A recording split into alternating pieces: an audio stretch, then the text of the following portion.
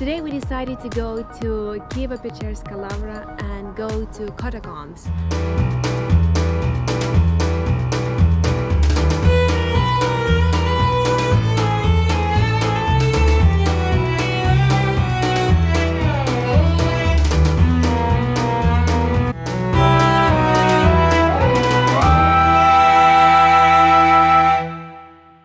If you wanna go by yourself, you can go for free, or you can also hire a guide, a private guide, which it will cost 500 hryvnias, or you can go with a group for 70 hryvnias per person. But if you take a group, it's gonna be in Russian. If you need English-speaking person, you'll have to take a private tour. Yeah, we did take a private tour. You can put on the skirts. They have them for you free of charge. And also the women will have to wear something over their head, which they also provide free of charge. You'll have to purchase a candle. They range anywhere from like 5 hryvnia up to 20 hryvnia. And it's not mandatory, but it's probably worth taking it. Once we were downstairs, I've been to catacombs in other countries before where you see like the skulls, the bones, everything kind of laying out on shelves. This was not really like that at all. You go down, it's very clean and organized. You see the saints in the glass coffins completely covered, and they have a picture with the writing about who they were and a little bit about their life. A lot of the people down there were praying to them. They will kiss the glass on the coffin, and they're in several different areas. It did only take us about 20 to 30 minutes to walk through the whole area. There is 2 sections when you get to the bottom. One that kind of says to the left, one says to the right. Definitely go to the right for prayer. And you'll see a lot more coffins and other areas in the catacombs. But it was definitely something unique to me. Yeah. And it's definitely worth reading about before you get here and going down there without knowing anything. And so otherwise, it was a really great time. We appreciate it, and it's a very holy site here in Ukraine.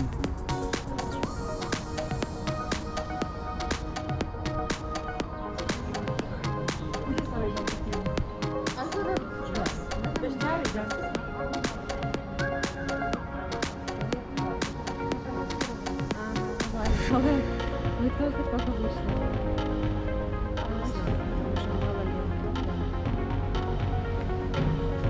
Мы их очень любим, особенно я.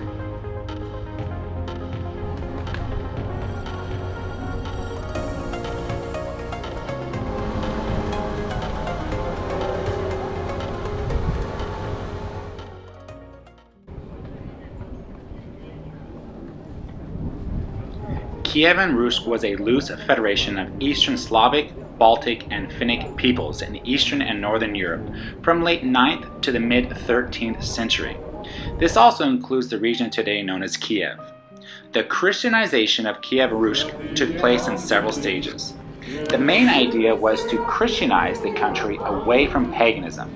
Early attempts failed. This changed, however, when Vladimir the Great was baptized in the region known today as Russia and Ukraine.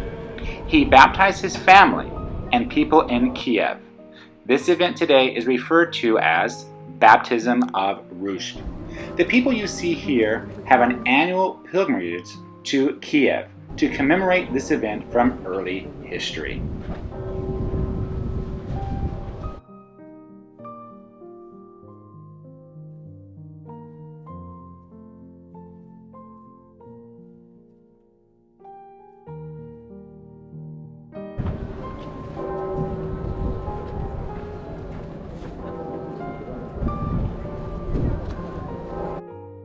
It is also a good history lesson to know that back in the early centuries from 8th century to 11th century, many people immigrated into this region from Scandinavia and Belarus, just to name 2.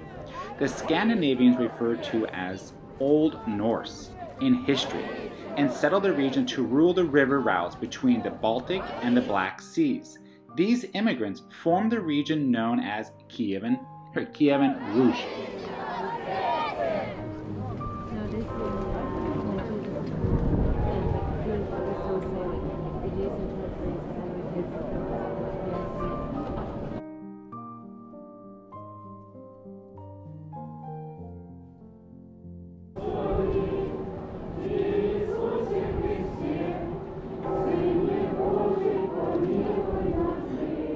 Another interesting fact to know is that Vladimir the Great, before choosing Christianity, set congregations people to find a monotheism religion.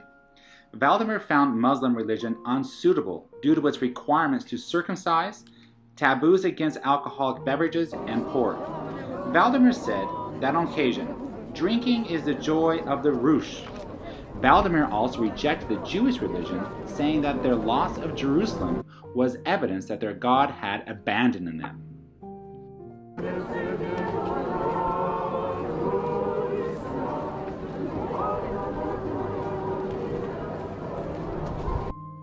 It was once these envoys visited the Hagia Sophia and the church had a festival going on that the congregation found their ideal. The envoy reported, "We no longer knew whether we were in heaven or on earth, nor such beauty, and we know not how to tell of it." It was this deciding factor that the envoy chose because of the happiness of the Christian people to choose Christianity as their monotheism to follow.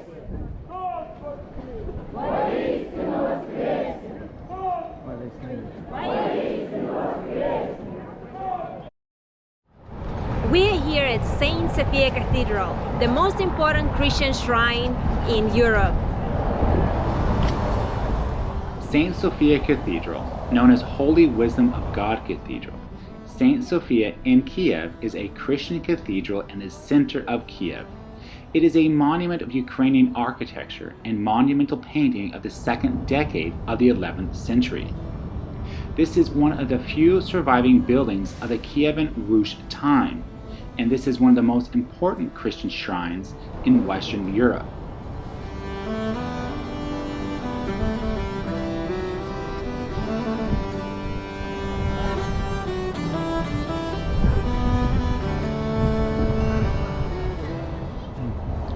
We are in the bell tower. The bell tower was built in 1699 through 1706.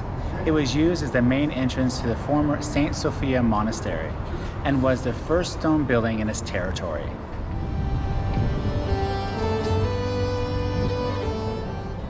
This bell behind me weighs 13 tons.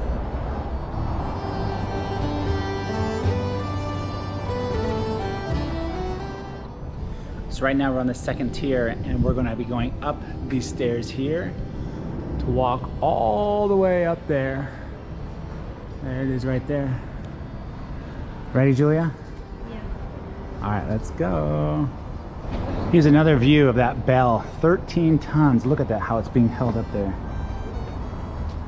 All right, we are up here and let me tell you, you can feel it because there's not much between you and looking down. And if you don't like heights, this is gonna scare you. Look at that. Church. You can hear the helicopters out there. They're getting kind of prepared for a weekend event. Independence Day. Take you out over here. Yep, there's the helicopter. It's like an old Russian helicopter.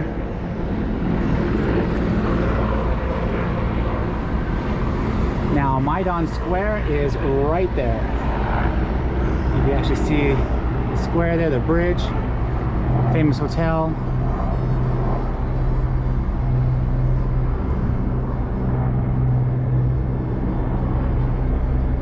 Up and away. Oh, there's Julie over there.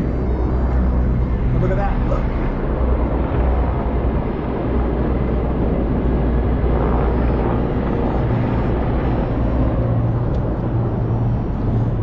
Let's go up stairs.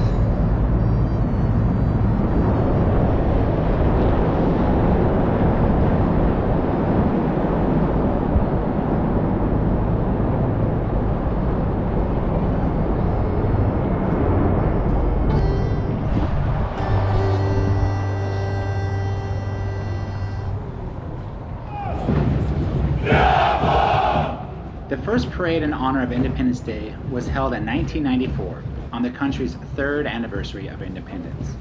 The size of the parade has grown over the years to now include both military vehicles and an aviation show featuring aircraft flying overhead. The parade has many important meanings as 3,500 troops march in formation. Some years as many as 6,500 soldiers marched, with 173 pieces of equipment being displayed. We caught a glimpse of the soldiers practicing formation days before the actual event. The parade takes place annually on August 24th.